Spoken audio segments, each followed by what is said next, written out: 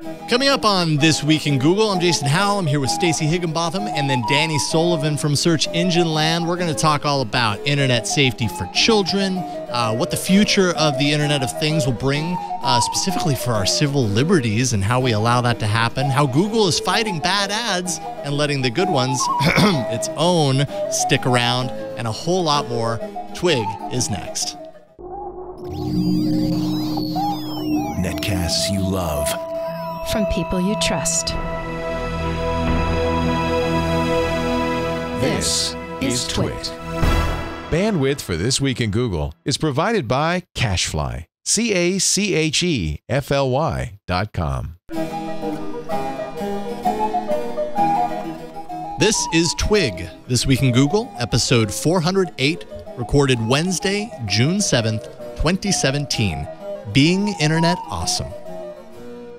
It's time for This Week in Google, the show where we talk about, well, it's in the name, Google, but we're also going to talk about a bunch of other things. Leo Laporte, obviously, not here today. He's on week 1 of 2, 3 weeks. I don't know. He's away, enjoying his life, not podcasting. I'm Jason Howell. I'm filling in for Leo this and next week, and happy to be here. Super stoked to welcome back Stacey Higginbotham, of course, creator of the IoT Podcast at iotpodcast.com. And the Internet of Things newsletter at StaceyOnIoT.com. An occasional dancer. Always dancing. All right, good. Dance like no one's watching, except everybody's watching because you're on a podcast. That's the extended version of that saying. Also joining us is Danny Sullivan, founding editor of Search Engine Land and Marketing Land.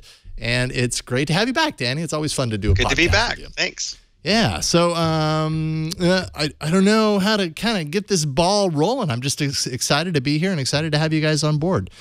Should we start with some Google stuff? Does that make the most sense? I mean, or we could start with Apple, but I'm sure that I was going to start with people. whatever Danny wanted to start with, because good Lord, he is raring to go. Yeah, I know. Oh, he was shadowboxing.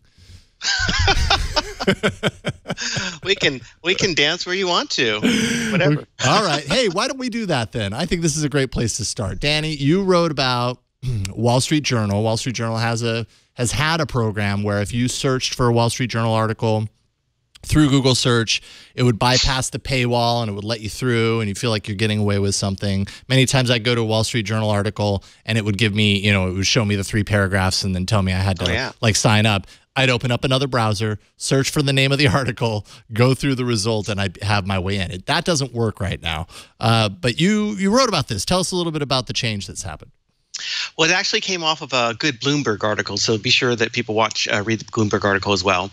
And they had done an interview with the Wall Street Journal, and in February, the Wall Street Journal dropped out of this program that's called First Click Free. And the way First Click Free works is that if you have subscription content behind a paywall, you can still be listed in Google and have that stuff show up just like any normal article, as long as you guarantee to let somebody click through and see the article for free.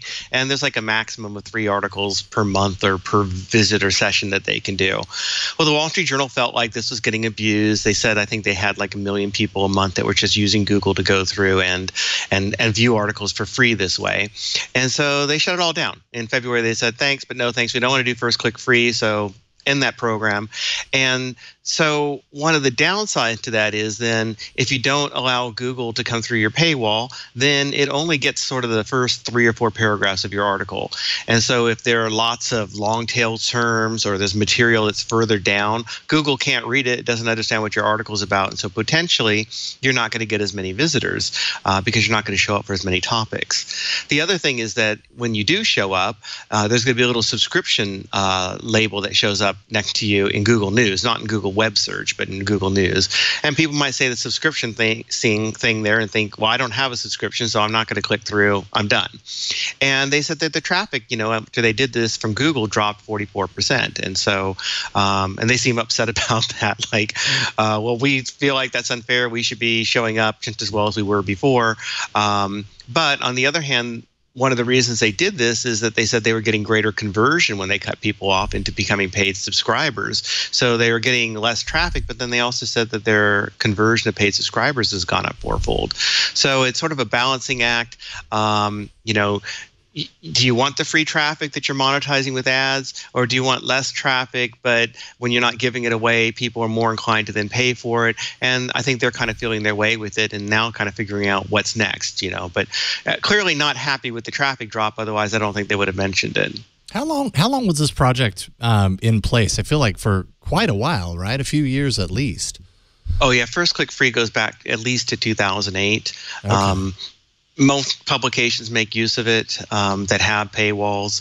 It's kind of seemed a good balancing act, but it's come under fire over the years. The New York Times, for example, gets very, very restrictive about it, and the Wall Street Journal is the same. On social media, they are much more liberal. So you want a free read for something that they shared on social media? Cool.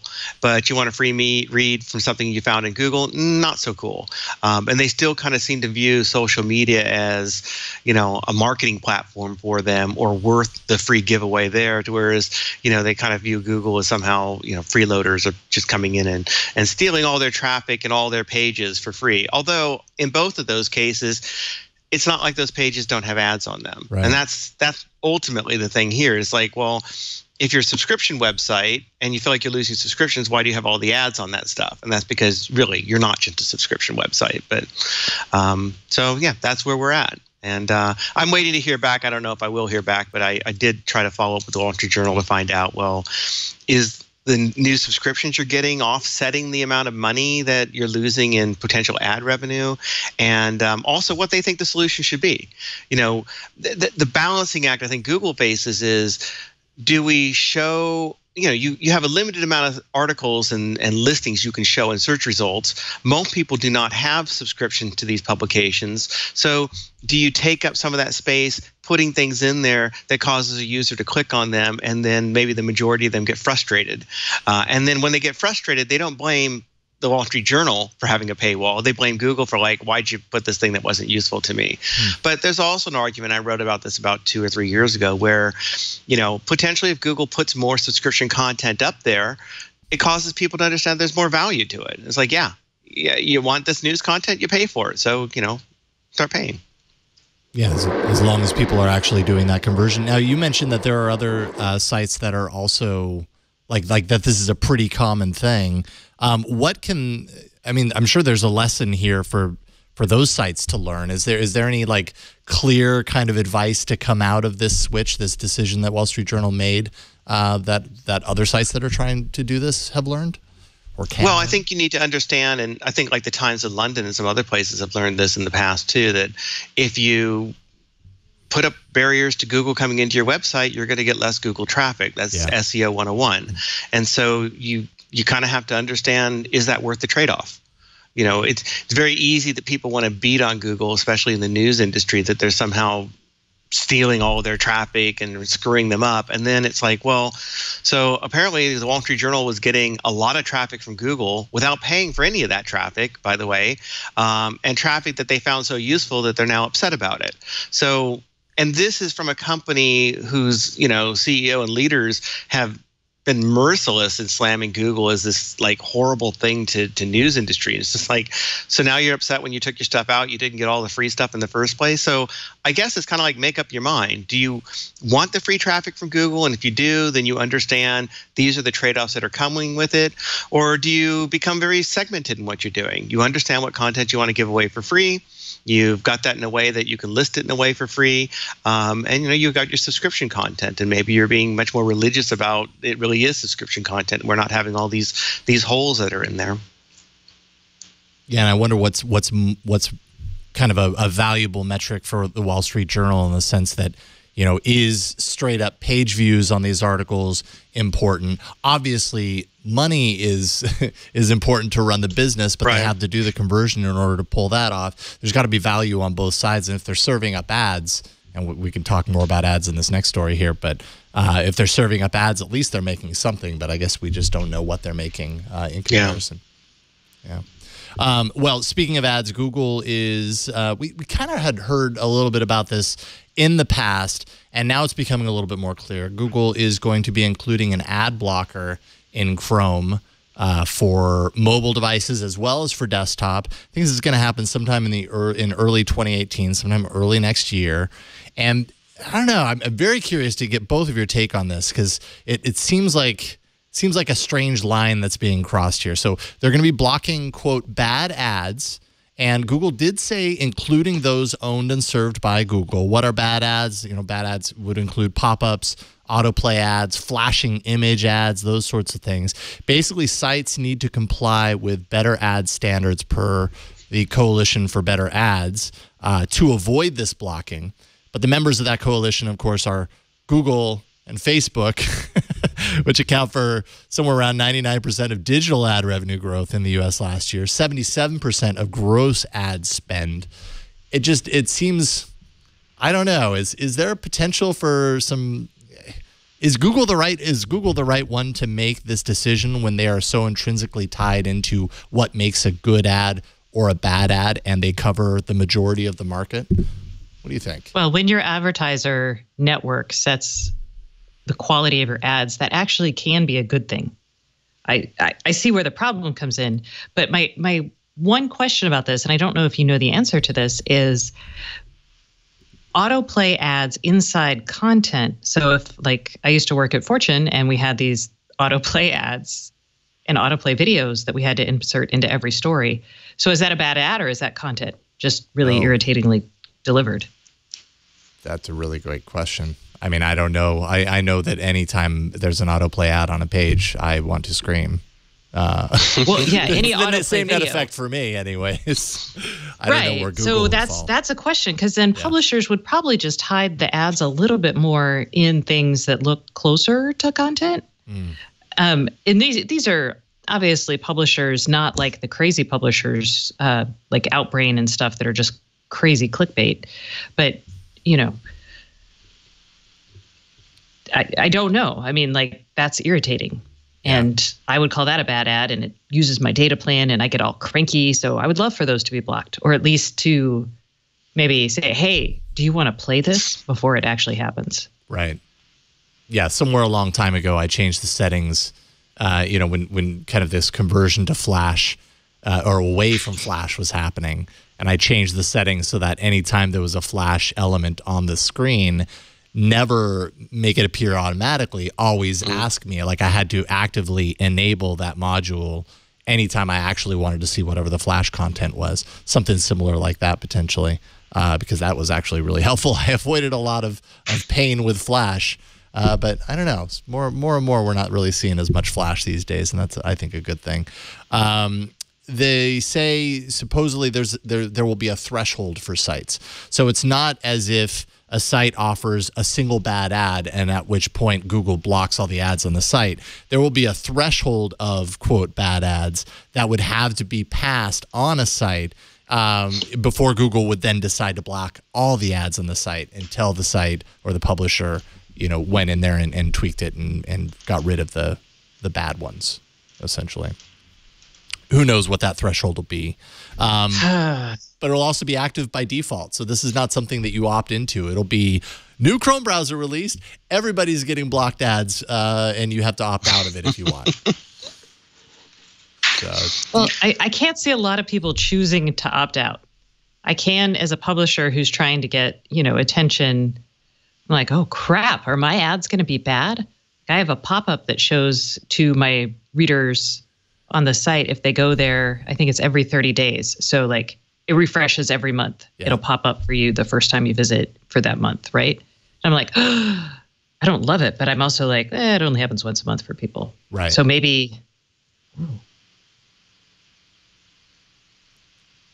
I don't know. What do you think, Danny? Where do you fall on this idea of Google backing this ad blocking? Yeah, I mean, I think there's a good degree of unease of Google's going to have this this way of stripping out ads, especially for their own, but our ads will probably be all right. I mean, when they say, well, our ads will fall under it, you can be sure that by the time they get to this, that will all be cleared up. Like, they shouldn't be running ads that are having that kind of issue. Right. What they might have are people who are using their ad serving technology who still do things that they don't like. But I don't know. We'll see how it gets when it's out there and it's implemented. It's really easy that you hear these things come along and they're going to be this big, huge change. And we've had that with Internet Explorer. And I certainly haven't felt like when Internet Explorer said, well, we're blocking ads, that really changed things much. We had that when Safari, especially in iOS, rolled out the support for the third parties, and it was like, well, that's it.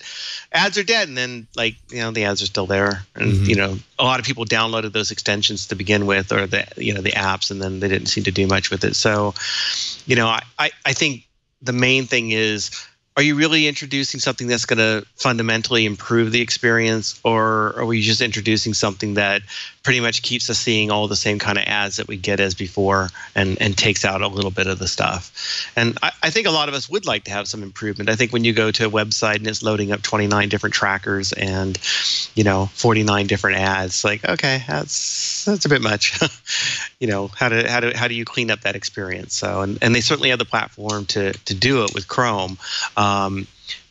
Ultimately, I think I'd feel better about it if I felt the major browser people all together were sort of united. But, I can dream for many things of unity. Well, and someone posted this in the chat room, and it's worth mentioning just because of who's involved. But Google is going to provide a tool for publishers that they can run to see if their ads are in violation and would be blocked. But the people who are part of this include Google, Facebook, News Corp, and the Washington Post. So that makes me feel like at least big publishers aren't going to be even angrier at Google because of something like this, which, yay. I think another element of this, too, is that to a certain degree, like if you were to ask anyone who's interested in technology whether they run an ad blocker, there are people that are all for ad blocking because, it's my internet experience, and anything that degrades my experience I want to get rid of. And there are people that are vehemently opposed to ad blocking. They might not like the ads or the experience that it brings with it, but ethically they feel like if they're blocking ads, then they're ripping somebody off, and I don't want to do that, by any means. So it'll be interesting to have someone, a company as powerful, and especially with Chrome, which is something like 44.5% of all web browsers online, according to the data analytics program. Compared to all the other browsers, it's kind of blowing them away. To have a company with that kind of backing, putting this out there by default and seeing kind of, I don't know, like when this happens, and suddenly all of these ads are being blocked as a result of it, and let's be serious, none of those are going to end up being Google ads because Google's going to take care of it ahead of time, like you said, Danny. Then will the call be, oh, look, Google's just squashing any ad that isn't its own ads because they're bad. And look who benefits. It's Google, the ones doing the squashing. I don't know if that'll end up being a big issue or not, but I can already see the articles. I can see them. They're flashing before my eyes. You live in the future. Yes. All right. I'm telling the future right now. Also related to this is something called funding choices, and which is actually, have either of you ever used a Google service called Contributor? I'm sure you've heard of Contributor. I've heard of it. Is this the one where you answer the questions? No. This is basically it's a paid service. I think you choose what you pay up to like $5 or $10 a month or something like that. And what it essentially does is it's ad blocking that you paid for ahead of time, courtesy of Google. Okay, yes, I have it. With partner sites. So any of the sites that fall under the purview of this, you'd pay like $5 at the beginning of the month, and then that would cover you when you go to those sites. You're a member of this program. You won't actually see the ads on there because instead of seeing them, you kind of paid up front for them. So funding choices is kind of the next phase of Contributor. And what it's going to allow is for sites to sites that work with funding choices to show a custom message to people who are using ad blockers when they hit the site. That custom message can say something like, you can enable ads on our site, or you can pay for Contributor to remove all of the ads, legitimately, let's say. And so that's going to start happening. Apparently, funding choices also hides more than just AdSense ads. And every page view, it has an associated ad cost, somewhere around like a penny per page, which I don't know, the way some of us surf the internet, I suppose that could add up to be a lot if you really work it out. Oh God, yes. I'm like, oof. Yeah, penny for page. You know, the monthly cost on that, suddenly your web browser, your broadband cost just doubled because you're paying. Is it a flat fee that you pay per month? You can pay a specific fee, but from my understanding, that covers only a certain amount of views, right? Only a certain amount of pages. And then at that point, I'm guessing, I didn't read it, but I'm guessing you would just start seeing ads then at that point. It's like you run out of your funding and you avoided ads until now, but here you go. So one of those stupid slideshows could be like a full quarter. Yeah, holy cow. I know, right? That could really add up. Wow, that would you would have to think about like what's interesting. So sorry, I was digressing. What's interesting here is that all of what the internet does and what kind of is happening with basically delivering all of this connected content is everything becomes super transactional because we can very clearly understand the costs associated with everything, right? Mm-hmm. And there is no more like hiding things behind like, oh, it only cost me $20 to subscribe to the paper and I'm supporting it, but really it's all of the advertisers. So it's kind of a fascinating thing to think about how this plays out and how different sites will be valued and who would pay for what. Just on a true per page or per, cost of delivering a page basis. If people are even willing to do it, yeah. I mean, and one of the gaps with the funding choices thing is that you could have websites that don't have ads who can't participate because there's no ads to block, right?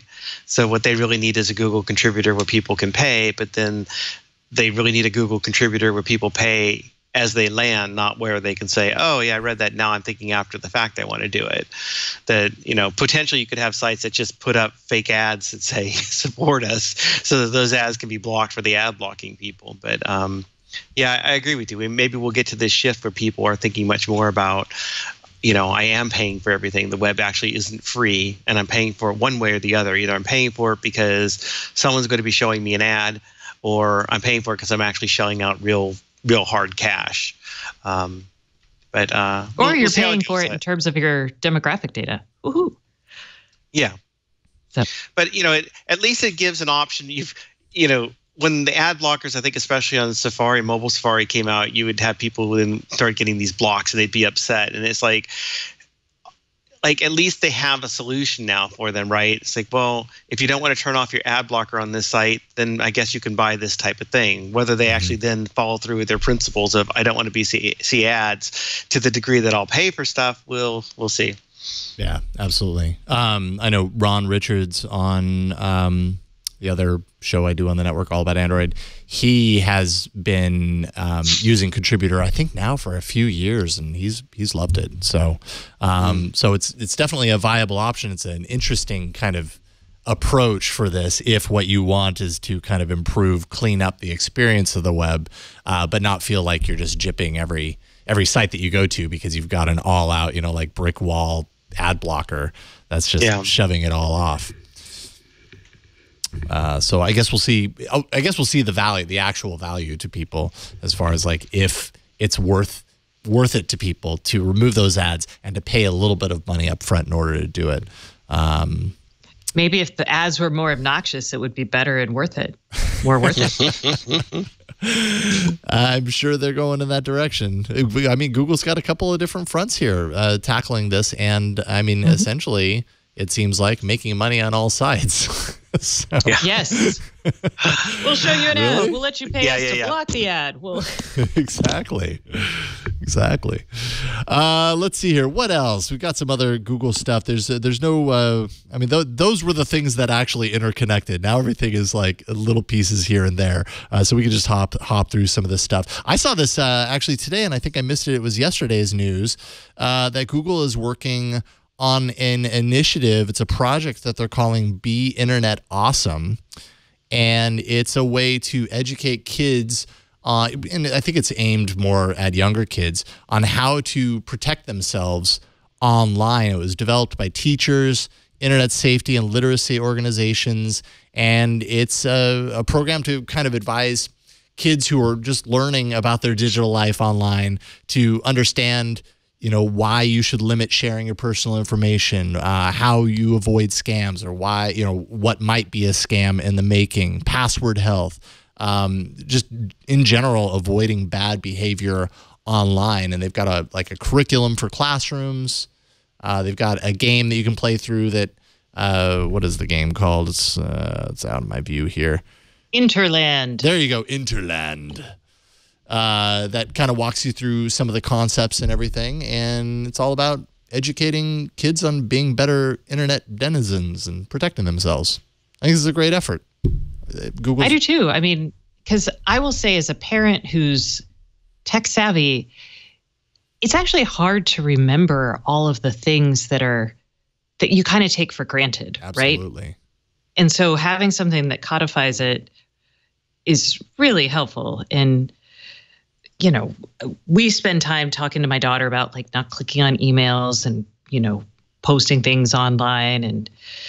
But it's still like, she plays a online game right now, and we had to sit down and we realized that it had like chatting. So then we had to talk about like, hey, don't share your password with people.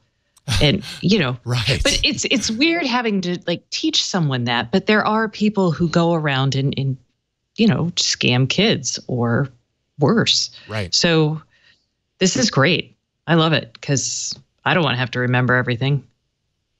Yeah. And it really seems like Google is on a roll right now with really rolling out initiatives and efforts and apps and services into Android. They had Family Link not too long ago that are really designed around kind of improving the family experience with their products. Of course, they benefit because they get they get users from a very young age to have brand affinity with Google products and to learn it. But on the flip side of that, we live in a world where all this stuff is so pervasive and just a part of life that it's important to kind of know it to a certain, at a certain point you have to know this stuff.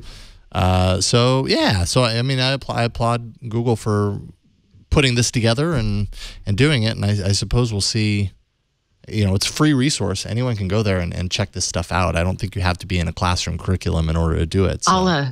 I'll get my daughter to go through it, and we'll see how we feel about it afterwards. I can tell you guys maybe not next week, but the week after that, I'll tell you guys what we thought. I would say, here's what I would like to see. I would like to see a corollary to this that talks about like data collection and how companies like Google and others use your information. So kids are aware of that side of the internet too. Yeah, I guess the big challenge here is that kids are capable of so much, yet you can easily overwhelm them and have information fall off the edge of the cliff. But it's all so important. Like, I was thinking about this just yesterday, the story about how Harvard nixed a bunch of incoming students because of really offensive memes that they that they posted to a private Facebook group. And I don't know how to formulate my thoughts around it exactly, but it kind of ties into this idea that like we are of a generation of an age where we've grown up with the internet. Like at least for myself, the internet came along when I was already kind of a young adult. And so I kind of learned these things over time. But I mean, kids nowadays, like this is just, they're born and they're surrounded by the internet. And like, I don't know, is there a different way of thinking about like what's okay to share out there, and how do we let them know that like, no, this stuff actually has repercussions? Like, oh, by the way, you're accepted into Harvard and now you're not going because you posted this thing on the internet that, even though it's a private Facebook group, is not entirely private. It's not like it was sealed and no one could see it. It's very easy to take a screenshot. It's very easy to do all these things that make something that you think is private is not. And how do you communicate that to kids? And I think that's a really big challenge. So I will say we did that with my daughter the second she had access to the internet, which was probably like at age 7. Mm-hmm. We tell her this all the time. Nothing on the internet is private. Mm-hmm. Nothing on your phone is private. And, so I think of web safety and tech savviness is probably similar to teaching your kids about sex education kind of stuff, because you don't overwhelm them with everything all at once, but you have to start talking about it very early. The second, you're seeing them. And I think as parents, you also have to follow through on this yourself. So maybe you don't post, the pictures of your kid in the bathtub on Facebook. Right. And, if you do that, maybe you explain to them how you're limiting these settings and that you'll take it down when they're 13 and like, oh my God, Mom. Mm-hmm. Mm-hmm. Or maybe not getting their permission to post that photo of them in the bathtub, but getting their permission to actually, post anything on Facebook at all. I stepped away from Facebook back in December. I was just starting to feel a little overwhelmed with kind of the time I was spending scrolling, and just some of the decisions that they were making just didn't really ring true to me, and I felt like I needed to step away. But one thing I had been struggling with up until then was this growing kind of need or feeling inside of me to stop sharing as much about my life on the internet, because basically what I'm doing is taking that choice away from my kid and just basically saying, you don't have the choice. I've decided to share all this stuff about you. And more that just felt weird to me. And so I had to do that, giving them more of a voice. What do you think about all this, Danny? You're a father. I'm sure you've struggled with a lot of these issues. Well, it's funny. My son had to do a senior project, and so for a senior project, his was going to be oversharing on social media, and I was like, all right, because I'm an oversharer around the house. Yeah. I don't know. I think we talked with our kids about some safety things early on when they've done, online gaming and stuff like that. We've talked to them about, don't take requests from strangers, don't do things from people you don't know. I think we've been fortunate that they've been pretty savvy and kind of come up with it at the same time. But, I think the education stuff is all very good. I remember Eric Schmidt once talking about the idea that every teenager at 18 ought to have the right to just completely cleanse out their record. And I thought, oh, that's crazy. And it probably still is crazy in the sense that you could do it. But, you kind of think, yeah, actually, you've got people sharing stuff that really don't understand the longer term repercussions of what they're doing, and they probably could use a good cleanse in a lot of ways. And then at the same time, I think we'll also be going into a culture that will become more accepting of this stuff. If you go back to the idea of I think it was when Clinton was like the first president who said he ever smoked pot, and that you finally got through this point where, okay, I guess that doesn't end it. That I don't want to excuse the things that people may post, but that people may become more or less shocked about that sort of stuff. That is, oh, you have this weird thing you posted when you were 15. Yeah, okay, everybody's got something like that. Mm-hmm. But overall, I like the idea of better education, of teaching kids to think more about what they're doing, that you don't need to share all this sort of stuff. Certainly the idea, I think one of the things that I find most tragic to me is when you find people who especially feel like they're doing all this effort to present themselves in a special way on social media that aren't feeling that way internally. And, that I'm going to make myself look great, but I actually feel awful. And, you kind of want to say, I just wish you had, actual people that who are there to support you and tell you that you're loved, so that you don't feel like you've got to express it that way out on social media. So. Yeah, anyway. That's a really good point. At one point it seemed like social media, is a tool that allows you to express yourself. And then at another point, it becomes a tool that allows you to portray yourself as something that you wish you were, or something that you aspire to be, but you're not. And that can be self-defeating because you're not, yet you're portraying yourself in this very public sort of sense that you are. I can't even imagine being a kid like having to figure out what is the right approach on something like that. It's hard enough, but it's figuring out how to be that authentic in person. It's crazy too, because you think on the one hand, when I was like 7 or 8, I would walk home from school alone, for like a mile. In the snow, but okay, maybe there wasn't snow, but uphill you walked in the snow. You walked home from home. You went out. You had a key. You went to your house alone. We'd get dropped off at maybe Disneyland, and it was like you had your dime, and you just wandered around. And I got to find my friends. I know where all my kids are. I know what's going on with them. I know they have their cell phones. It doesn't make them perfectly safe, but our ability to watch over what our kids are doing versus, say, what I had when I was growing up is hugely different. I mean, before you could have said, well, I'm at a friend's house, and now it's like, if you weren't at a friend's house, I can tell because I can either see it or I know that you've turned something off or you've done something to kind of cover your tracks. So I could tell that, that wouldn't be the case if that's going on.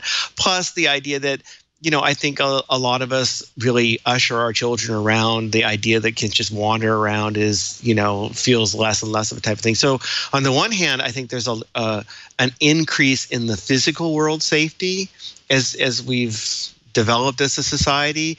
And now it's just weird or bizarre or strange, or it's just a whole new world where the virtual world safety now has a lot of catching up to do. Mm-hmm.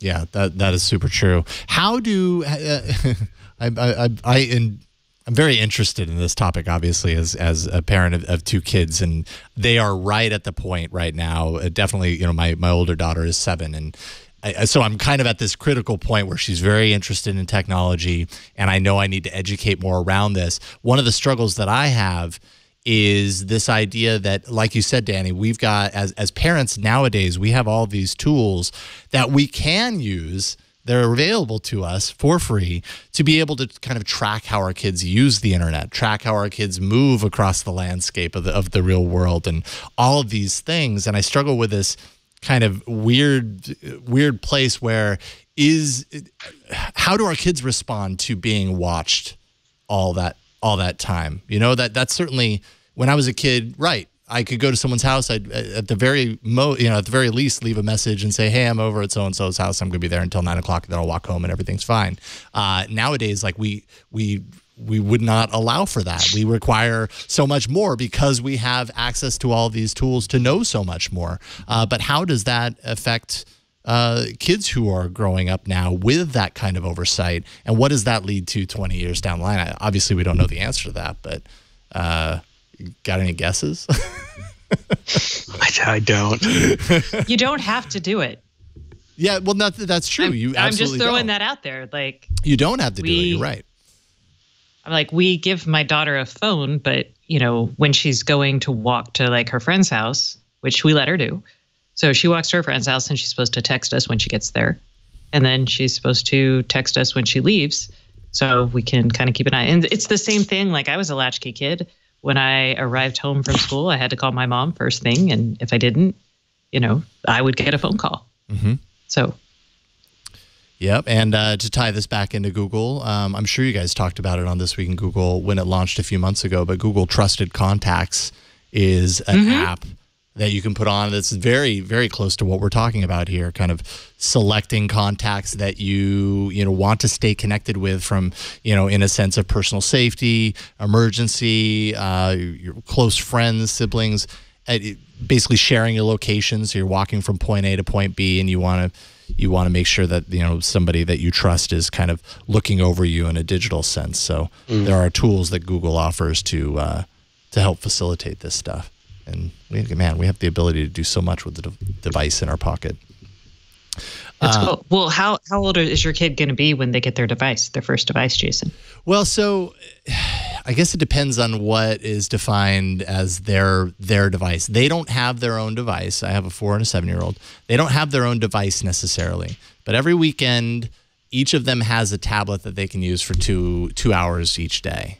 And they have YouTube Kids on there, so it's the kids version of YouTube, and that's really all they ever do. Maybe play a handful of games, but it's really that. So I think in their minds they own those tablets. They don't own those tablets. They aren't going anywhere with those tablets. If we go on a trip, we might bring them. We'll bring them, and they can play on them. But I don't know. I don't know what the right age is to say, here's a phone.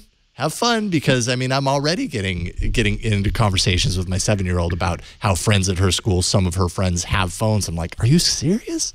7 well, years it's old? weird because some of my daughter, she's going into 6th grade, which feels like a time that might happen with a phone. But like, her friends like call her on our phone, not for social because they don't talk on the phone, but they call like for projects or something, or just to snag her, to get her online a lot of times. So a lot of times they're calling to ask her to go online so they can do, work via Hangouts or whatever. Mm-hmm.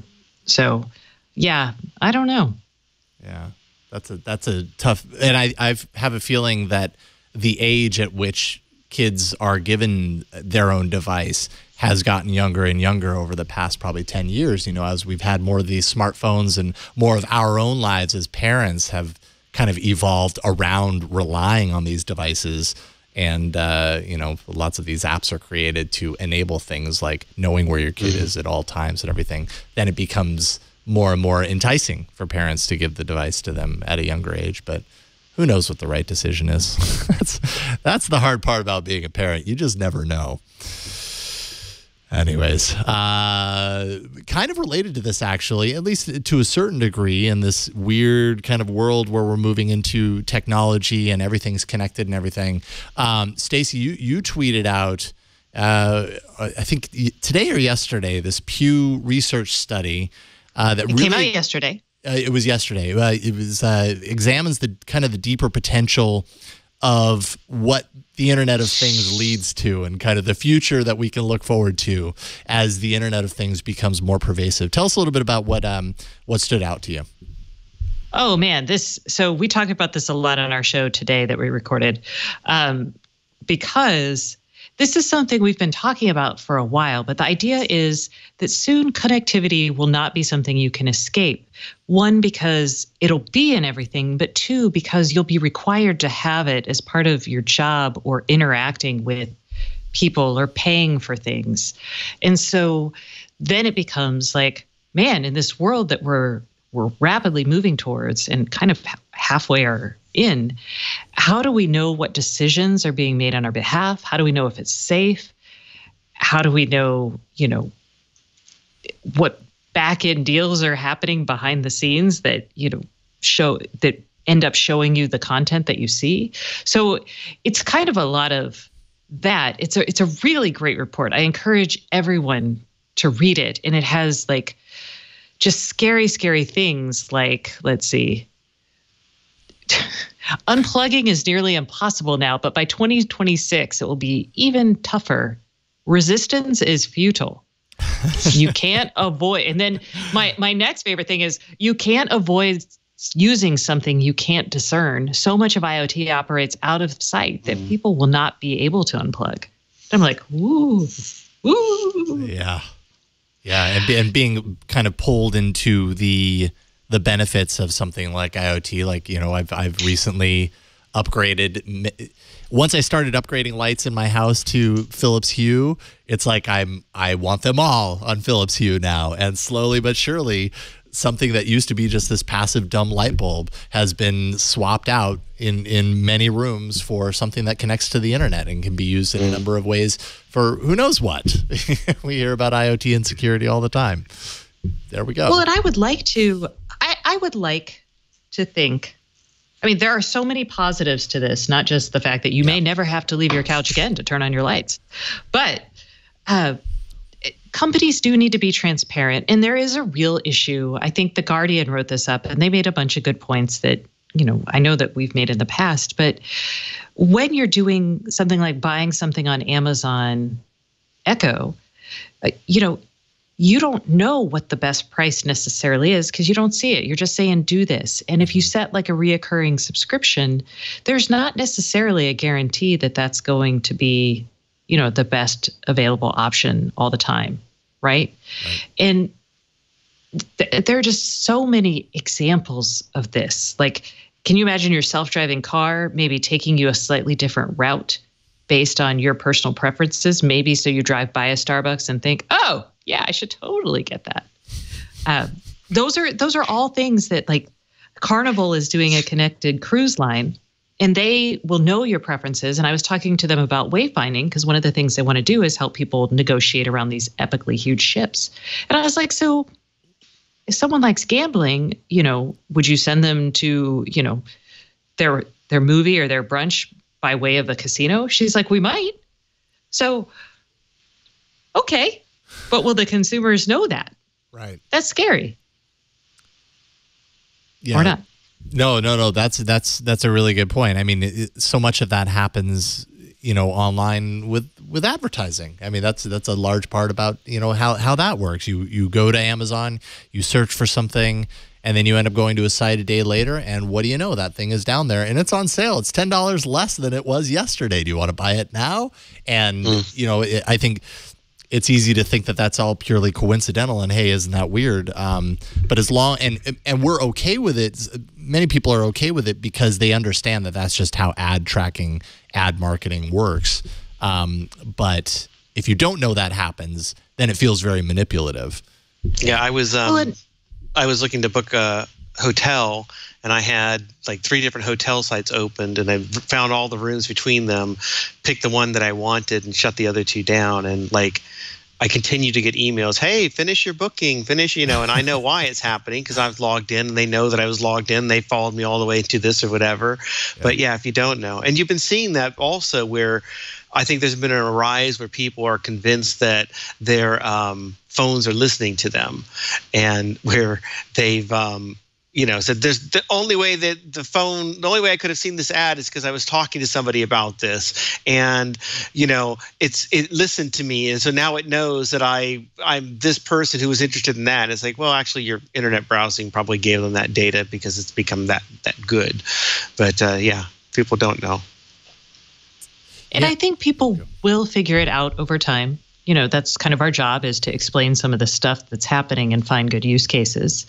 But, it is becoming harder because for a lot of companies, like I was talking to GE's appliances division, and they're looking at putting connectivity into everything, not because they want to give you necessarily these whiz-bang features, but because they want to understand how their appliances are being used and be able to track and make service calls easier.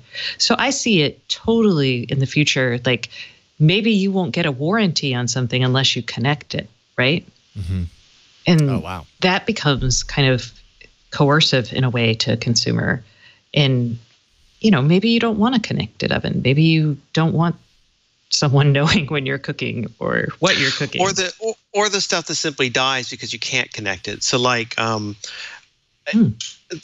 recently dug out my Zune because I don't want to give too much of a spoiler away, but there was a movie where the Zune got featured in, which was pretty cool. So I went out and I thought, well, I'm going to load this up and I'll put the movie soundtrack on it just for a laugh. And I had to set up a personal web server and download files from a separate thing and alter some other thing to convince the Zune software that it was connecting to this Microsoft server because the Microsoft server had gone down. And so like, whoa. And like you couldn't even reset it to go back to its basic mode. Like it was really, really tied in to being connected. And I think more of our devices, somebody else had a device that was like that. The DJI, I always want to say DJI, but it's the DJI drones now. Mm-hmm. You have to have them connected to an account for them to fly. And there's advantages to that because they ensure that they have the right firmware and they know who they are. But then you're like, so in 2 years, if you go away, does my drone die? Yeah. And, maybe that's just part of, things don't last forever like they used to anyway. Not that things will ever lasted forever, but maybe they made it more than a year or two. But yeah, it's kind of scary.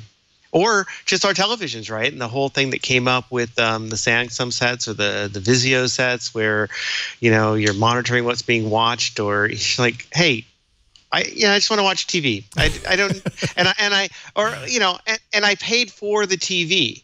You didn't give me a discount. It's not like when I bought my Kindle and they said, do you want to pay $20 more and not get the ads? I paid for the TV.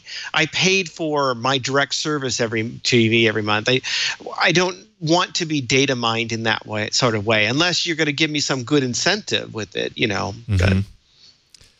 That's what you get for having a TV that plugs into the internet, which is, pretty much all TVs nowadays. They all have some sort of smart internet-enabled functionality on the back end. Some of them are just dumb monitors, but they all have that, and that basically means that, like, the days of just hooking an antenna up to the TV and it's all passive. They're numbered at this point because it's all fed through, and that's with the trade-off of convenience and nice services that we all love, that we look for and everything. So obviously we're getting something from it. It just kind of removes some of the choice, which is kind of one of the parts, one of the points of this Pew research study, is that the more we go down this path, the less choice we as users actually have to avoid it if we so choose. It's going to be next to impossible to step away from it. And then you get into this weird world of like, okay, so if our lives are surrounded by all these connected devices and we've chosen to go there and everybody's like that now because all devices are connected to the internet somehow,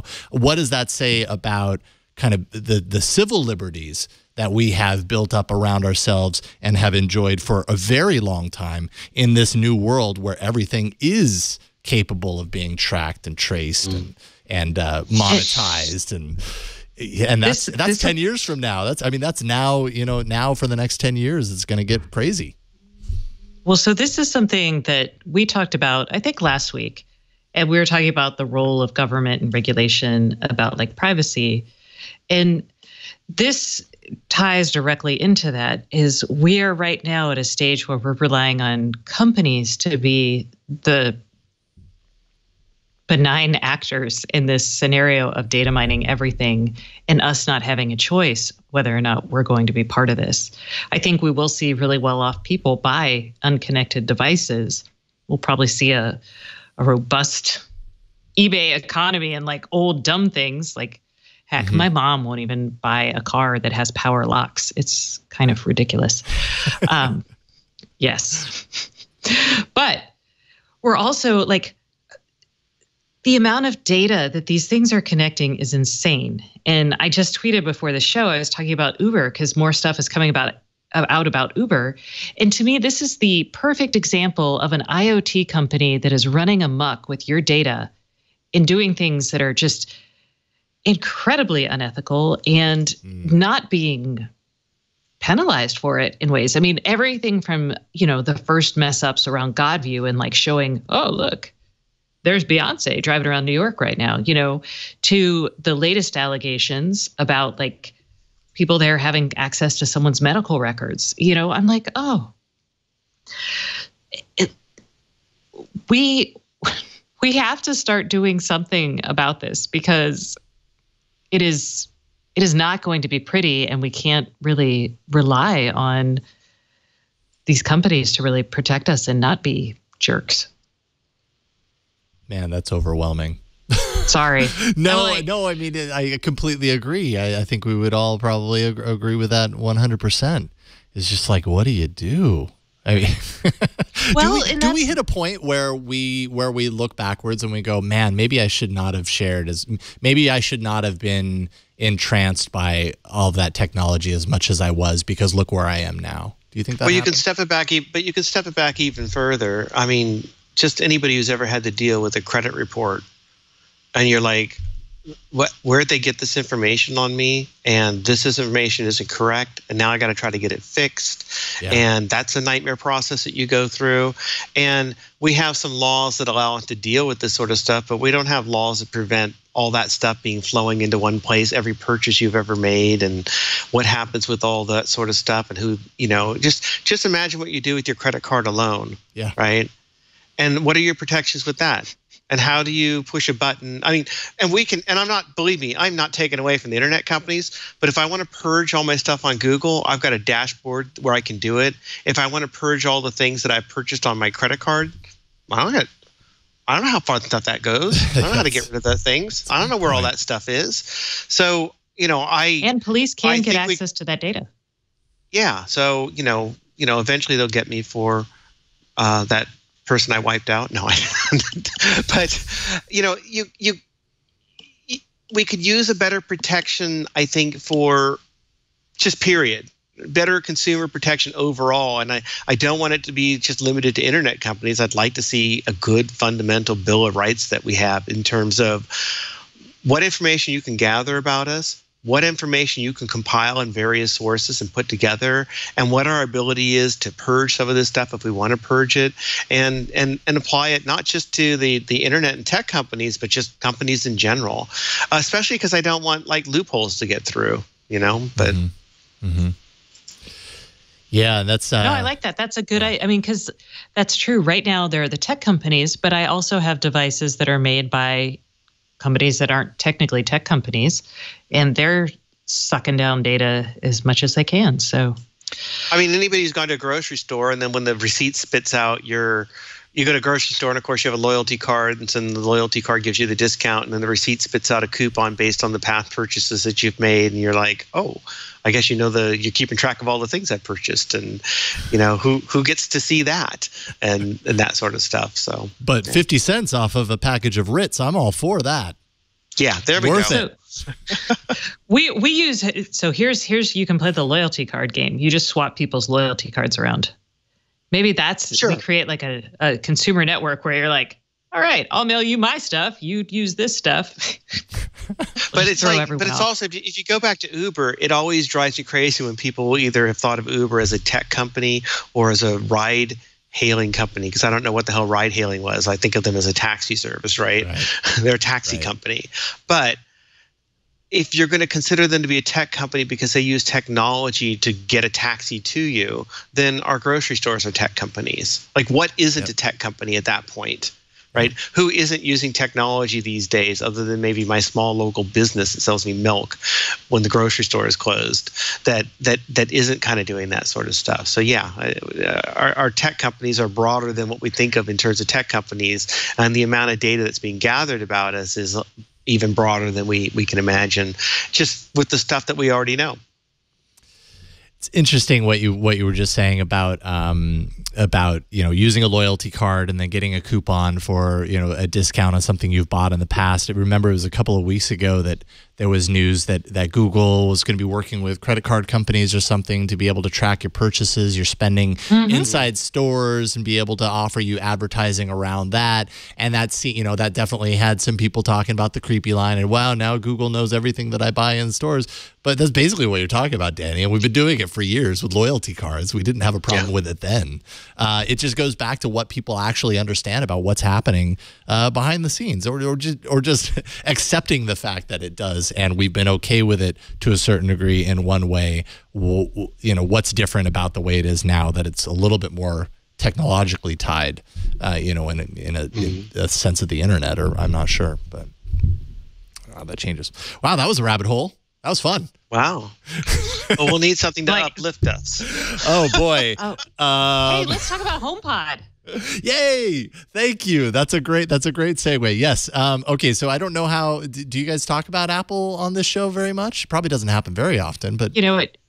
We talk about everything on this show. Anything. I mean, everything. Really, it's a free for all. Sometimes we even hit Google. Exactly. Hey, we started with Google. We did all right. There just isn't a whole lot of Google news this week. Yeah, so obviously Apple had their big WWDC event and keynote on Monday, and of all the things that were demonstrated to developers and things like laptops, new MacBooks, new iMacs, whatever, probably the star of the show, I would say, and the thing that people were wondering if it was going to happen and if they were going to see it, is Apple's answer to the Amazon Echo, or maybe it's Apple's answer to the Sonos speaker with a little bit of Siri tied into it. It's called the HomePod, and it's kind of Apple's foray into this home assistant world. It's speaker first, though. Everyone that I've read that's heard one of these things says the sound is tremendous. Like it puts out a really nice sound, and especially when you compare it to the Echo. When people listen to that sound in a room that Apple set up next to an Apple Echo and Sonos, it was amazing that the Apple sound, but it probably is good sound. It's probably, I'm guessing it's probably a little better than the Echo. Yeah. They did a good job of the design. What do you think, Stacey? Well, I was going to just say, this isn't out till December. Yeah. And I think in some ways the good speaker is fine, but and Apple did mention, I think on a slide, that it was a personal assistant too, but that is so clearly missing. And my hunch is it's missing because Siri right now is not worth talking about as a personal assistant. Yeah. And so what I expect is in the next few months, they're going to be working hard on Siri, maybe showing something off in September at the hardware launches that they do. And then, when it's out in December, we'll see it. So I wouldn't discount it on the basis yeah, it's a good speaker. I would expect nothing less from Apple. Music is its DNA, but we'll see. Yeah, it really did feel like they put Siri totally second fiddle to the idea of this being a speaker. And that felt to me like an admission that Siri wasn't worth featuring as a front and center highlight point. Although maybe, you know, it's an expensive piece of gear. It's what is it, $350, right around there? Yeah, this is not something a lot of people are going to put in every room. I mean, you look at the Amazon strategy, which is, you know, get people in the door. The Echo's pretty cool, or you give them a $50 dot, right? Yeah. And this feels like something that's, yeah. I mean, I don't. Would you put this in every room at $350? I don't know. Someone would, but I wouldn't. Well, yes, but like everyone. And then with the Google Home, I kind of feel like I have one, and a lot of the stuff you can do on your phone. So that may be like the poor man's way of getting all of these features. It may not be a bad idea. I'm perfectly happy with my Google Home. I make no secret about that. I have one now in the kitchen, and I have one in the living room. And of course, you know, as I get more and more Hue bulbs, that becomes kind of neat to be able to do a voice command and turn on my lights, which is kind of like, okay, great, you know, like that's neat and everything. How essential is it? But I mean, I use my home all the time. My family uses the home all the time for music. Like, we're always playing music, playing playlists. It's really easy to fire off a playlist. So when I saw the HomePod, I was like, well, that's actually pretty nice. As a music device, a voice-activated music device that actually sounds really good. Personally, I'm satisfied with the way Google Home sounds for my ears. But if you have a more tuned ear and you require more out of the sound coming out of that little pod in the corner of your room, maybe it's worth $350. Danny, what voice assistants do you have? Is this appealing to you at all? I have both the Home and the Echo, and I think generally it's smart in the sense that the primary thing I think people say they do on these devices is playing music. Mm-hmm. So the idea that, wow, that's what people like a lot, is I can play music on these things, so we'll come up with a great music playing device. That's an interesting strategy, but I also don't know to the degree that people play music on this or audiophiles, right? Because I have a home speaker system, and like my wife listens to music a lot, and occasionally she remembers, oh, I can stream to that, and she likes it, and the music's much better coming out of that because there's like all the speakers. But typically she just kind of wants some casual music playing, and the Echo's good enough. And so I think that. Yep. I think that if you get into that price range, you're going to go, this really is a replacement for my home speaker system, because maybe I've already made that kind of investment, or I don't know how that will play out. But I do think that even though the primary thing people do with these devices is play music, I think they like the other aspects to it as well. I think they like the idea that Echo gives them information and news. Certainly the smart home connected stuff is very helpful. And I'll be interested to see how. First of all, I don't know whether or not like the HomePod's going to deal with, say, Spotify. I assume that there's going to be some option for that to do it, but if there isn't, to me, that's almost going to make it dead in the water for a lot of people, because I listen to Spotify. It's Spotify what we're getting all of our stuff off of, not Apple Music. And if it's a pure Apple Music device, there's a lot of people who use other alternatives, and both the Echo and the Home will turn to Spotify as well as Amazon Music, as well as their native things Google that they have. Won't play Amazon Music, and the Echo won't play YouTube. Sorry, no, I'm like. Right, but what I mean is they both go to third parties, or they both have their own native stuff to fall back on, so that if you're a Google user, you could use Google Music. So if I would assume that Apple Music will be the default for HomePod, and that hopefully they allow you to use, say, like Spotify. I wouldn't expect them to use Google Music, but we'll see. But the assistant aspect, I think, will be important, and I think Siri's pretty dumb. And I don't see Siri getting any smarter anytime sooner. And I especially think that, so you're going to roll out a speaker that sounds better than the Echo, but is probably stupider than the Echo, which itself is already stupider than the Google Home. And if people actually want a little bit more out of these things, it's just playing music, it's not a compelling thing. It's sort of an also-ran. So, yeah. Yeah, then in that sense, it's a competitor to Sonos, which already I think a lot of people see as overly expensive, I mean, there's definitely a fan base for Sonos hardware, for kind of the interconnected speaker system. But I mean, once Google, they released their Chromecast audio, and then now Google Home is like an extension of that. They can be their own points for this like network sound. Google Homes will already network with each other. Right, you can have two Google Homes, and they will do the playing in multiple rooms. Although I don't think the sound quality in the home is as good as the Echo personally, but not that big a deal to me, right? I'm 3 drinks in, I don't really care about the sound quality. I would consider, like, I'm a musician. I feel like I have an ear for sound, but I don't care about the sound quality of Google Home. It does exactly what I want it to do. It's a small, it takes up very small footprint on the windowsill of my kitchen, and it's there to very easily play some music on in a flash when I'm like bored and want some music while I'm washing dishes or cooking dinner or something. That's all I really need it for. I'm not looking at that little device to be like the most pristine audiophile experience in the world.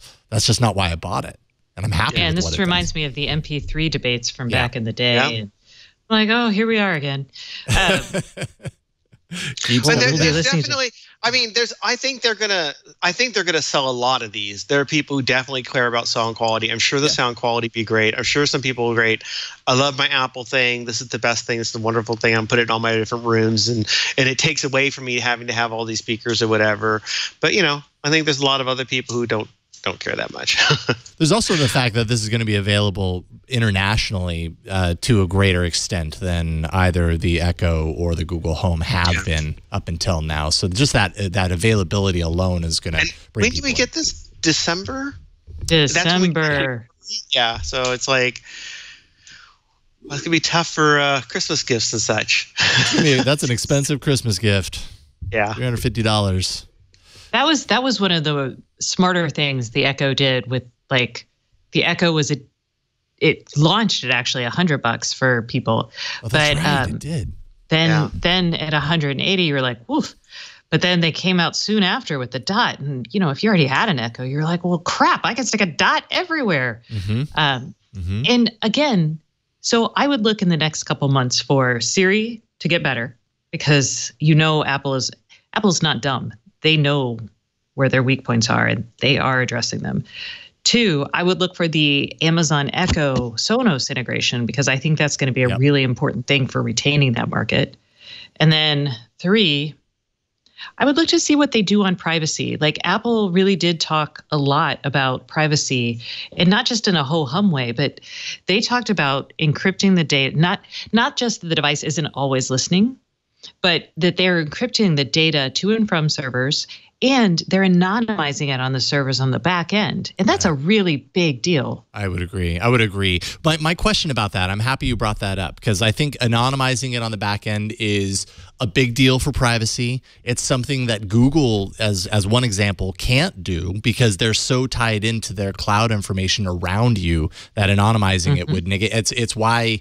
didn't they have the same reason for why they couldn't encrypt Allo, is because if they encrypted it, then you wouldn't get that extra assistant functionality built in around your specific account. So I think that's the reason that they don't do that. So that's a big deal from a privacy perspective. This always listening thing that they touted, don't they all do that? They're not all. Yeah, they all listen. They all always listen. They just don't send it up to the cloud. They wait for the keyword, and then that's the thing that they grab onto. Right? Yeah. Yes, that's how they all work. Okay. I'm sorry. Was Apple saying they were doing something different, or well, that's what I couldn't. So Apple says that it listens for latency on the device, whereas Amazon sends 5-second loops that are basically always getting deleted to its servers for. Oh, that's interesting. The Echo. Okay. All right. And that's why there was a case a month or two ago about a crime that had happened, and they were. So we learned about the case a while ago, but or like several months ago, but it was actually like a 2016 or 2015. It was a 2015 maybe murder. Okay. But yes, that's really interesting. I didn't realize Amazon was sending stuff up. I assumed it had a device-specific hot word that caused it to wake up. No, but did Amazon they don't confirm that? They've always talked about that's how it works. Yeah. Okay. That's interesting. Now, Google Home, is it just looking for the word, and then once it detects that on device, then it prompts you for your query, and that sends to the cloud? Is that the only thing that goes to your cloud is your query? I don't know specifically how Google Home works. So I was like, words, what's it called? Yes. It's okay. That's my understanding, or at least that's always been my belief. And I'm now at this point where I'm trying to figure out, is that based on something I read, or is that just an assumption that I made? ScooterX in chat says yes. That's always been my understanding, is that Google Home also, it's an open mic. It's just, but on device, it's waiting to hear that hey G or okay G. Once it hears that, you do your query. That's the thing that gets sent up to the cloud. It's not doing it all the time. I was pretty sure that Google Home had an on-device hot word, just as like I thought the Xbox and Cortana, or the whatever it was before, that they were on-device hot words. That they were always listening just to whether or not they heard the hot word, and when they hear the hot word, that's when they would go to the cloud. So, okay. All right. Yeah, but I mean, anonymizing that and in the cloud, that's something that Apple can do, because their business is not built around this massive trove of information and data that's been built up around you that makes Siri more useful. So it'll be interesting to see how Apple does improve Siri to compete with some of these other home assistants, because they just don't have as much information on you. And that's the kind of stuff that makes people go, oh, wow, that's really useful. It knows my calendar, or whatever the case may be. Well, I think the other big change, though, if I remember or understood it right from what they were saying with the WWDC, was that Siri was now going to be smarter across your devices. Because currently, right now, Siri is device specific. Because Apple's real like, we don't send any of that stuff out. So Siri learns your thing on one device, and then if you were to have an iPad, Siri on the iPad doesn't know the same things that Siri on the iPhone understands. Just like if you had a HomePod, Siri on the HomePod wouldn't necessarily know that, except that they're making a change now where it's all encrypted and it's magical and it's privacy protected or whatever. But I think that they said that now Siri is actually going to be cross-device. And that's a significant change, because that allows them to then let Siri get smarter, because you have a common Siri profile rather than a device-specific Siri profile. If I'm understanding all the things that it was saying that it does. Mm-hmm. But to go back to the other thing with Stacey was saying on the Siri getting smarter, it's going to be really hard for them to make Siri smarter, because Siri doesn't get smarter unless you start letting Bing do stuff. Because right now, Siri's designed to just, this kind of only talks to, this kind of only deals with a set number of very vetted databases that it can have. Like, what's the weather? Set a timer. Do these very specific things. And then if you want to go beyond that, of course, you have to have installed the apps or whatever they call them. Siri will answer a lot of common vetted stuff that they have as well. And then if you try to go beyond that, it tries to hit various databases, like, oh, I'll go to Yelp or I'll go to this. And then ultimately it decides, well, I'll try to go to Bing. And usually it's sort of this half-hearted effort that's not very useful. Google, when you ask it, goes to Google. There's none of this like, well, I'm trying to figure out this, or maybe I can go over here, or maybe somebody else knows. Like, Google, I know everything.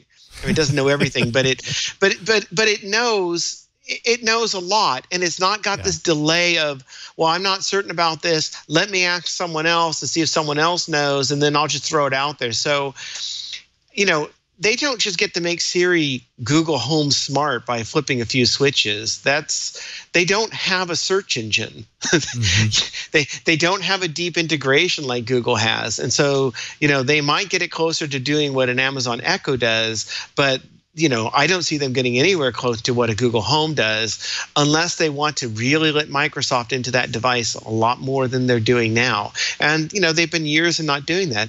The other question that will come up is whether they're allowed to do that. So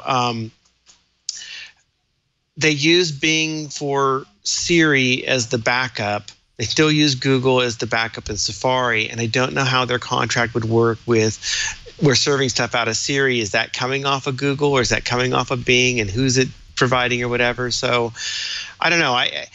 It's been the one area that Apple has not really done as much as people think with, in terms of having and owning and and operating their own search service, they don't have that. And I think that's going to hinder them in terms of making that the home assistant that some people may want. From an IoT standpoint, Stacey, I mean, when it comes to controlling devices in your home, do you think that the fact that this has HomeKit, obviously that's kind of part of the strength from Apple's perspective, is that a strong enough sell for IoT enthusiasts? I don't think a lot of people are really into HomeKit. Like, there are people who are into HomeKit, but I don't think it's a mass market thing. What I think HomeKit may have going, this actually may galvanize people to actually know about HomeKit and buy HomeKit, because when you are an Apple user and you activate a device from your iPhone, like a new connected device, it'll see that your phone is on your network and this device is on your network, and they'll be like, hey, do you want to use HomeKit? And you're like, sure. And then you're like, ooh, magic. And then you have control of this device that you may not really care much about. But if you've done it enough times, and you see, and then you bring like a HomePod into the home, that gets interesting, because then you might be like, Apple, I assume, tell you that, hey, by the way, you could talk to this and control your thermostat because it's a HomeKit thermostat. And then suddenly people might suddenly wake up to the fact that, holy cow, I have a connected house and I didn't even really realize it. I don't know if that's going to happen, but I mean, I have a lot of things that are on HomeKit, and there go my lights now. I don't know if you can see them clicking off. I'm doing it off my phone, and I've got there we are. I mean, HomeKit, when it works, is really wonderful, and sometimes is easier to me than trying to set something up with the Alexa. But not everything works with HomeKit, so then you're like, to whereas one of the things that I think the Echo, more than any of them, seems to work with everything now. Like I struggle to find something that it can't handle that's a connected device in my house. To whereas, the Google still has some things it won't do, and then HomeKit or Apple has a few things it won't talk to. Yeah, I mean, Google's HomeKit has a bunch of stuff it won't talk to. Yeah. Well, I mean, HomeKit, I'm way less knowledgeable on the Apple ecosystem side of things, but HomeKit is pretty much specific to just iOS, right? Like, are there devices that are HomeKit and also support other platforms, or if they're HomeKit, they are only HomeKit? No, there are bridge devices and devices that do both. Okay. The challenge with HomeKit is that you have to have a physical chip right now inside the device for it to be certified for a HomeKit device, which means that if you've got older devices that if you've bought into a smart home, right, and maybe they weren't HomeKit certified, they're never going to become HomeKit certified. But here comes the but. They did put this in they did talk about this at WWDC, and Apple made a reference, and I can't wait to find out more, to making it easier to certify or to get HomeKit devices connected. So, but it was a very cryptic thing in a press release. So I'm like, could it be software enabled? I don't know. And they might be able. So, like, I had like the Hue lights. My original hub with Hue, I don't think was HomeKit. So when I upgraded the HomeKit Hue, I think the second one was. I believe it was. Yes, it is. Yeah, so when I got the new hub, then all my individual lights worked. And like I have the Lutron lights that are HomeKit, but then Amazon can work with them and Google can work with them. But my Litfix bulbs, they don't have a hub, and they're each individual bulbs. And I have like 12 of them in various places, and they're not going to get HomeKit. I'd have to throw those bulbs away. But maybe, and this maybe goes to what you were saying, Stacey, is that they could talk to, say, my Apple TV, or they could talk to a HomePod if the HomePod wanted them to, right? It wouldn't be that hard to set them up. But if the HomePod itself acts as a bridge, that might be a way to basically HomeKitify a lot of devices that don't have the HomeKit chips built into them. And that's an interesting thought. But that would kind of break Apple's security model, because that's what HomeKit's all about. So that would be actually interesting. So the HomeKit certification is built into the HomePod as a bridge. I like it. Yeah. Okay. All And right. yes, today was HomeKit Day at WW. I can never say this. I've got too many W's. www. At the WWDC. DC. So there's a lot more stuff that we have now. Yeah. We'll see. Good. All right. So then you're going to have all three of these things in your house, and then the Harman Kardon one, and then the Essential Home. I already have, I already have a dozen hubs. So, what's a few more? What's a few more? You're going to have a room that is nothing but home assistants waiting for you to fire them off, waiting for you to put them to work. That is true. I still have some rooms that we can trick out with gear. Oh boy, that's awesome. All right, so let's see here. Is there anything in here? I mean, there's a lot of stuff in here that we haven't talked about. Is there anything that like really catches your eyes before we get to kind of tips and tricks and picks and all that kind of stuff? Anything that you wanted to talk about that we haven't touched on before we move on? And it's okay if there's not, because we've got other things too, like tips. There's the Amazon Ice smartphones. I don't know if we care about those. Okay, yeah. Absolutely. Actually, let's talk about that real quick. The Amazon Fire Phone, the opposite of Fire, is Ice, and apparently Amazon is working on a new take on their phones. The Fire Phone was, let's just say it was a little bit of a failure when it launched a few years ago. Did not last very long. It kind of had some gimmicky kind of aspects to it, and it was a failure. Didn't work. But apparently Amazon's back to the drawing board.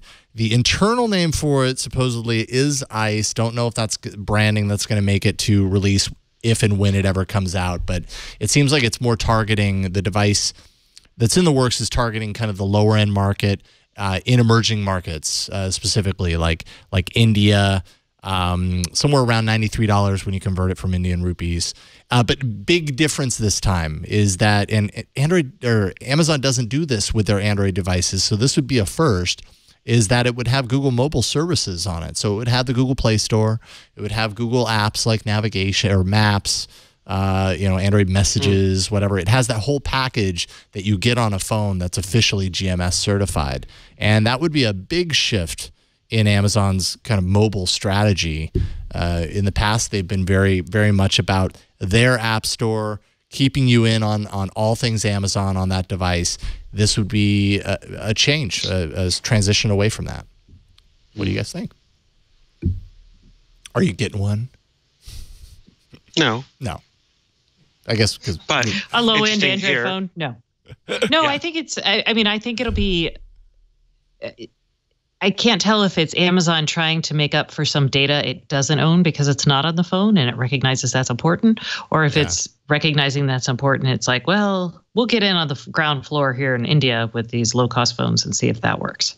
Yeah. So, either way, I think Amazon's signaling here that having a mobile component is important, and it recognizes to get there, it's going to have to take a slightly different strategy because the U.S. market is pretty saturated. And I guess if I were Andy Rubin, I'd be like, oh, crap, what's going to happen with the Essential phone? Well, when you really look at how successful Amazon has been and all of the other places that they are present, like when you look at it, and let's say you didn't know that the Fire Phone ever existed, you'd be scratching your head wondering why Amazon wasn't doing a phone, because that makes perfect sense for everything that they're trying to achieve. Yet they did try it, and they failed pretty miserably at it. So it makes sense that they'd go back again. Maybe hitting a deal with Google. Obviously, Google wants as many partners and would love to have Amazon on its side of the ship. I don't know what that means for Amazon devices going forward, because my understanding of GMS of that agreement is that once you go in on it, your future phones have to all also carry that. Otherwise, you're breaking the terms of the deal. So I don't know if that means that, okay, well, I guess now, our phones, I don't know if that also extends to tablets. My understanding is that it does, but maybe it doesn't. But that their future devices would have to have some sort of Google, Google Play Store and all of their services on it. That would be a big shift. But yeah, but probably a smart one, because I don't think they're getting there in terms of, we're going to have our own we're going to have our own app store, and we're going to have our own thing. It's like, you're probably just going to do better if you dive into the Android space. Yeah, that's true. Let's see here. You mentioned Essential. Apparently, there is a trademark dispute. Not even a week later, after Andy Rubin showed off his Essential phone and Essential home, Spigen, which is the cell phone case / battery pack maker, has a trademark for Essential. Since August of 2016, a range of battery packs and chargers that they sell with the Essential brand on it, also some Bluetooth headphones. So they charge that Essential, the phone, being a phone company, is too similar, too confusing, and apparently Essential, the phone company, applied for this registration and it was refused. One could assume why, because it existed already. But they went ahead with it anyways. Andy was like, whatever, we got this. So now it's a case. Well, that's crazy that they were denied their trademark and then they still went and did it. Yeah. That feels, I don't know. Of course, remember Apple took on Cisco with iOS. As a networking nerd, I knew what iOS was before the rest of you, when it was something completely different. Yeah. And, Cisco finally caved. So maybe that's the playbook that, Andy Rubin's running from. I don't know. Yeah, who knows on that one? But it was still kind of it was a bold move on Andy's company's part. Essential says threat letters are commonplace in our sector. While it's Spigen's prerogative to make assertions, Essential believes they are without merit and will respond appropriately. So we'll see what that appropriate response is. I think we did all right. I think we covered. Okay. I was like, we could talk about Amazon doing Prime for what used to be food stamps. Do it. Which I thought was so. Let me pull up the story, which is open in one of these tabs. I'm like, oh dear God. Hold on. Is it EBT? I think is what it's called now. The food stamp EBT. program? Yes, Electronic Benefits Transfer Card. Thank you. Basically, they reduced the Prime, the $99 you pay for Prime to, was it $45? Here it is. I found it.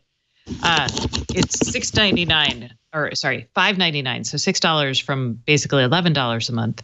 You have to have your Electronics Benefits Transfer Card, and you don't have to use that card for Amazon purchases, only for verification. Right. So this is really interesting because it makes me kind of wonder, one, is Amazon just trying to increase Prime? But two, remember that kerfuffle about Amazon not being in low-income neighborhoods? I think it was Bloomberg did a really good data analysis. And one of the reasons Amazon said it wasn't was because it didn't have one of the metrics it looks at when trying to decide where to do like now delivery zones was, or Amazon Now, so the really rapid delivery, was the number of Prime subscriptions in that area. So I thought this might be kind of both just a nice way, like a way to get people who aren't as wealthy on the program, but also might give Amazon, a better insight and better ways to like serve communities that, some of these places don't have access to, cheaper groceries and things like toilet paper. Yeah, and potentially people could actually save a lot of money if they could shop on Amazon with some of the sale prices that happen and get that shipping kind of included in there. One of the statistics I found is that historically Prime subscribers have made $112,000 in a household per year or more. 70% of all Prime subscribers fall into that category. And so Amazon's missing out on a whole other tier of potential customers that could totally, buy some of the products that maybe go on sale or whatever, buy the lower cost items as they happen. It just opens them up to a new market. Yeah, the Walmart market. Mm-hmm. Bum, bum, bum. Yeah, and actually 30-day free trial on that. So people who are interested, in order to validate, like you said, you need the EBT card, the electronic benefits transfer card. And then once you validate, you can get a 30-day free trial, amazon.com/qualify. Amazon apparently is also working with the government on ways to allow food stamps to be used for some purchases as well. So they're really opening it up. Trying to, anyways. Yeah, there are more people than ever on food stamps. You look at people who are like adjunct professors on food stamps. There are teachers on food stamps. This is not, there's a lot of people that, could really take a benefit of this. Mm-hmm. So. Absolutely. Okay. All right. Anything else? Anything? Going once? I'm good. Going twice. Sold to tips, tricks, and numbers, or whatever we have. Hopefully, well, maybe you do, maybe you don't. Stacey, what do you have? What's your thing today? Okay, I just got this. So this is a friend of mine recommended this to me because I've been having trouble sleeping.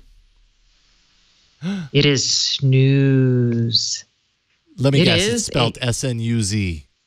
S-N-O-O-Z. Oh, okay. So all right, close. All right, close. So it is basically it's a white noise machine. It has an actual fan inside. Does that matter? I don't know. It does. I actually would agree. I love sleeping to white noise, and we have an electronic one that just plays the sound, and then we have one that's an actual mechanical motion white noise, and I totally know the difference. I appreciate the difference. So I'm right there. All right. Yeah. So this is the sound of the Snooz. Wow. There it's soft. Going on. Okay, stop snoozing. And so the reason I bought it is because it's connected to the internet. Of course. I know. Was I talking earlier about how all of our devices are going to be connected and how we shouldn't have all this stuff? Yes, slap my hand. It's kind of your thing, part of the problem. Stacey. I understand. It is, but so yes, and all the app does, and you is just let you control it from your bed. If it's not like right next to you on the table, you can just open your app and be like, and dial it down your Watchman shaker. I think you can also schedule stuff. I literally just opened this before the show, so I haven't played with it yet. But I'm very excited about it because so many people have told me so many good things. It's kind of pricey. I'm going to let you know. So. How much is it? Oh, what? You want actual prices? What? That's crazy. As an OZ. How much did I pay for this? I think I got mine on sale, but I think it's $79. Oh, Thank you. I was like, I think it's $80, so it's not cheap. It's not too bad. I don't know. I don't know what white noise machines cost these days. But it's compact. I mean, this is like something if you like I could bring this to my hotel and I feel like it would be like here's my phone in case my head is not a good indicator. Phone and head for scale. Oh, that helps. Now I can visualize it. Before I was struggling. I only had your hand Exactly. Everything's going in this like mesh cylindrical design direction. Oh yeah, so trendy right now. Good Lord. My goodness, they all look meshy and round or cylindrical. Well, I feel like 2 years ago everything was square with rounded edges and like blue LEDs. Here's a good example of design from last year. Last year or 2 years ago. This year. Yep. My, how far things have come from a squircle to a circle. All right. So, Danny, what you got? It says in here, Danny's stuff. So, what's your stuff? I'll just give you a quick thing. You can maybe find it real quick if you Google for Google Ads personal search filter. They experimented with it about last week, and the main thing was you could do a search, and you got this little tab that came up that said personal. And if you clicked on it and you had everything all linked together, it just let you search through things like your Gmail and stuff from regular Google. We've had this before with Google Search Plus My World, but it looks like they're experimenting with making it possible for you to deliberately just look through the stuff you've stored on Google itself. Now it's gone, but maybe it'll come back because it looks like they're experimenting. So not really a tip you can do right now, but keep an eye out on it. Maybe it'll come back. Huh. Find personal in the more drop down. Yeah. To jump into that. Nice. And that's it. All right. Excellent. That works for me. Mine's a quick one. I didn't even know this existed until last night. We were doing an email on All About Android, and there was a young budding programmer who wanted to know how to learn Kotlin, because if you remember Google I/O, Kotlin was a big deal to developers that were there. Oh, yeah. And so if you're starting to want to get into developing for Android, the question is, do you go the traditional route, or is it better to start off with Kotlin? Because everyone seems to really think that Kotlin is a much easier direction to go for programming for Android, for coding for Android. So why not start there? And right now, Udemy is having has cut the price of their Kotlin for Beginners course. It's Learn Programming with Kotlin. It's a 6.5 hours of on-demand video, a bunch of supplemental resources. Certificate of completion if you need that certificate. But it basically kind of walks you through the beginning process of Kotlin for beginners. And normally it's $95, but apparently it's on sale right now for like $10.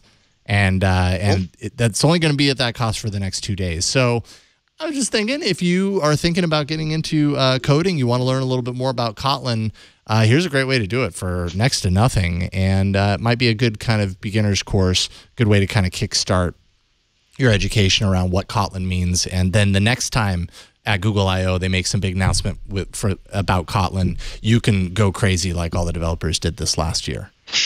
You can be part of the crowd. So there you go. Learn Kotlin for Beginners at Udemy, Udemy, and you can do a search for the course there. But I think we've hit the end of This Week in Google. That was a lot of fun. I love the rabbit hole that we got there in the middle. We were on a roll. That was fun. Did we ever talk about what Danny got so upset about in the beginning? Yeah, we did. Okay, good. That was all the HomePod stuff. So we definitely got to it. Okay. I was like, I couldn't remember. I was like, Danny got really excited about something. What was it?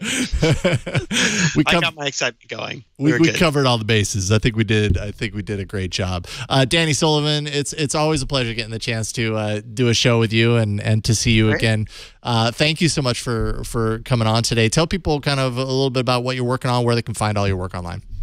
We have 3 different sites: Search Engine Land for all your search marketing and search news, Marketing Land for digital marketing information, and then we have our MarTech site for people who are up on marketing technology stuff. So that's MarTech Today. Excellent. And you're at Danny Sullivan on Twitter. On Twitter, yeah. Oh, always fun. Thank you, Danny. Appreciate it. Thank you. And Stacey, again, always a pleasure hopping on with you. You're not going to be on next week, though, right? You're out. I'm not. Dang it. That's okay. I know. I got to podcast with you today, and Jeff missed out. Stacey Higginbotham, of course, IoTpodcast.com. What do you want to point people to? You can go to IoTpodcast.com, which is only my podcast, or you can go to Stacey on IoT, and then you get podcasts plus stories. Woo! Woo! Like the stories, and at Giga Stacey on Twitter. Thanks again, Stacey. Have a good week off of this show. I don't know about anything else in your life, but this show at least. You can find me all over the Twit network. I'm doing shows like All About Android, where we talk about Android. I'm doing shows about tech news. That show's called Tech News Today. See, we make the naming really kind of make sense to what you actually get. Having fun all across the map. So find me all over those places, or find me on Twitter at Jason Howell. This Week in Google. Of course, we record every Wednesday, 1:30 p.m. Pacific, 4:30 Eastern, 20:30 UTC. If you want to watch live, you can. You just go to twit.tv/live, and you can catch it in real time as it happens. I know it's a crazy thing. But if you can't do that, that's okay. We post all the shows online at the site. Just go to twit.tv/twig, TWIG, for This Week in Google, and you can find all of our episodes. Everything that you need about this show is there. And oh, by the way, I think if you go to twit.tv/store, you can get a shirt with Twig on it as well. Just a little bonus there. If you don't have your Twig shirt yet, go get it, and you can profess your true fandom of this show. I will be happy to return next week. I'll be here on set, so I'll be looking forward to that show. But as for now, that's all we have for This Week in Google this week. We'll see you next week. Take care, you guys.